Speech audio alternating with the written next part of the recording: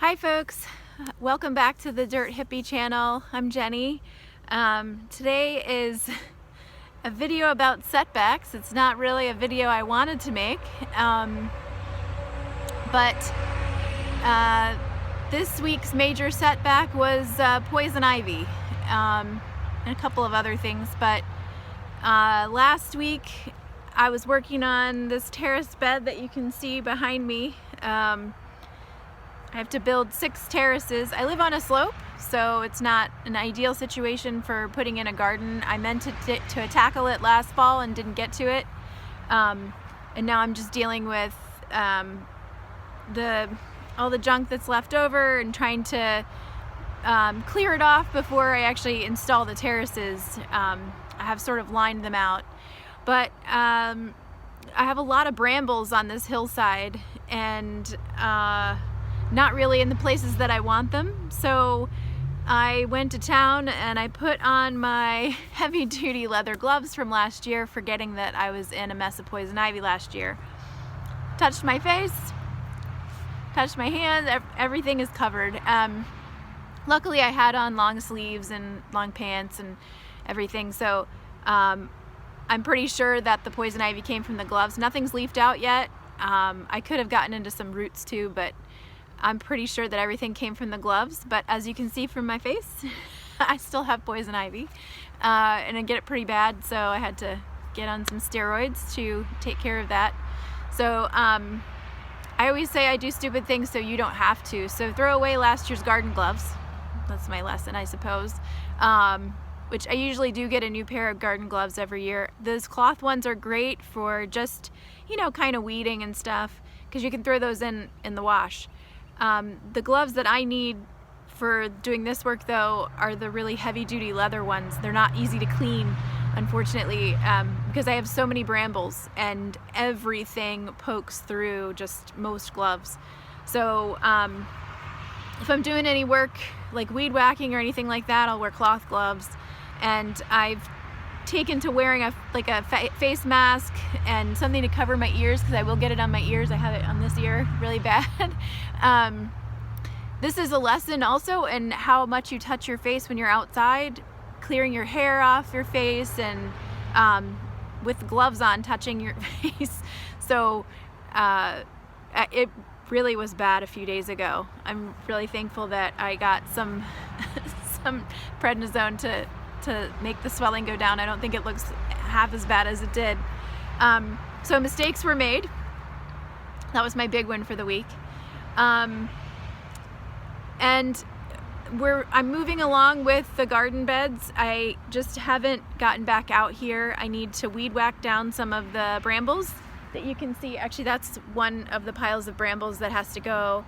And then there's more up the hill. I'm trying to get to some of these things before they leaf out, because some of this stuff is just starting to sprout. It's not all brambles, it's other stuff too.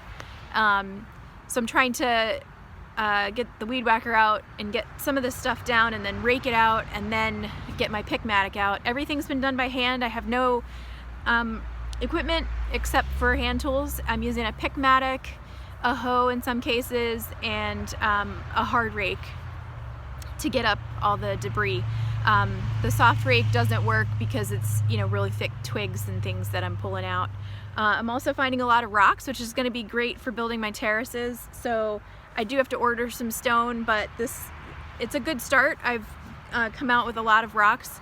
There's a lot of weird stuff in this garden. Some things that were put in by the previous owner, they were just random.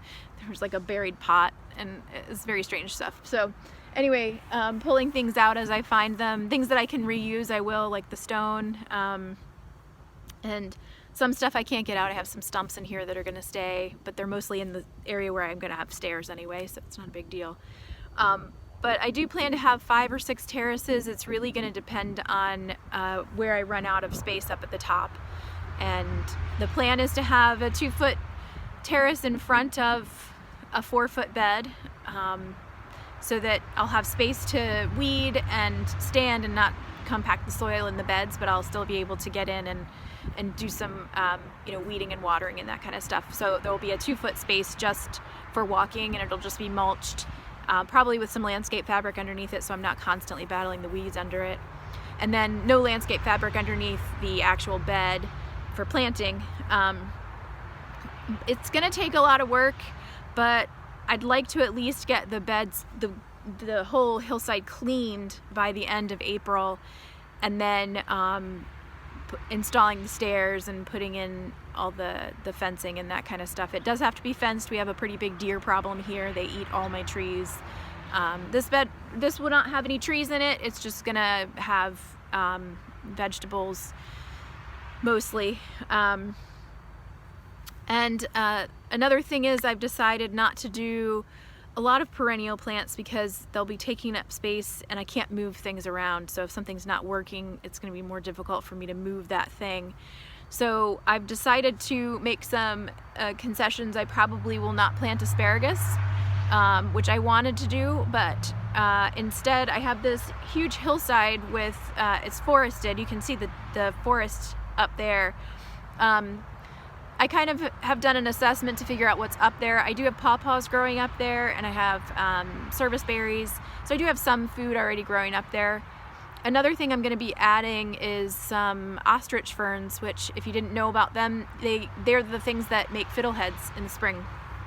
So if I can get to planting a bunch of those this year on the hillside, at least I'll be able to use that shaded space for growing something.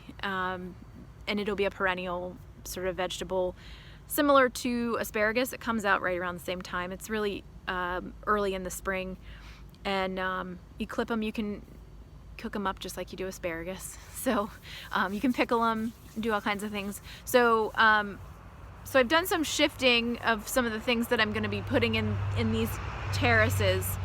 For the most part, it's just going to be veggies.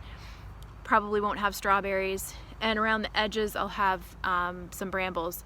My raspberries did survive the cuttings I made last year. I do have quite a few raspberries over there, and I keep finding new ones in the yard where I left the pot and I forgot to pull it over there. So I do have quite a few raspberry starts. The pawpaws didn't take, but that's not a big deal. I have pawpaws already growing up on the hill. I just wanted to see if they would. Pawpaws are notoriously difficult to grow from seed, and they don't like being moved. They're really picky until they get established, and then once they're established and have friends, they do fine. So I didn't expect them to take off at all, actually.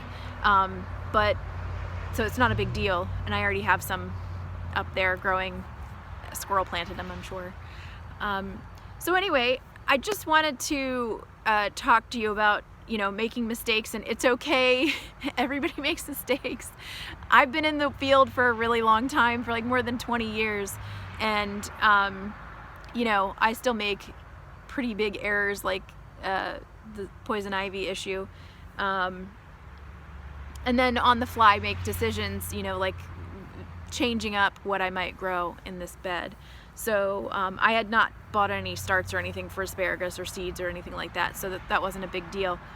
I just want to get some things in sometime in May. So my hope is to have everything done for this bed as much as I can anyway by then, and then if I have to keep building on more terraces, I can do that over the summer and then have all of them done by fall and put in maybe some good radishes and things in the fall, spinach, that kind of thing. So I wanted to make sure that everybody knows, hey, make mistakes, it's okay, you're doing fine. And don't let something like this set you back. I was set back mostly because I really wasn't just feeling very good. When you're swollen and you're itchy and your fingers don't work, you have poison ivy. I have poison ivy between my fingers. When you are feeling like that, sometimes it's not really an ideal time to go out anyway because your head's not in the game, but I feel pretty good, so I think I'm going to get some work done this week. There's just a ton of things to do around here. We have a huge burn pile that I've been adding on to, so just non-stop work. But it's coming along. The herb garden is starting to sprout. I'm seeing little tiny sprouts over there, so that's been actually a success. So I'm pretty pleased with that. And other than that, no other setbacks. other than the pawpaws and the poison ivy. So, and I don't know, I'm just gonna keep going, and I hope you do too, and feel free to throw some questions at me. I'm happy to answer anything. And with that, I'll catch you outside.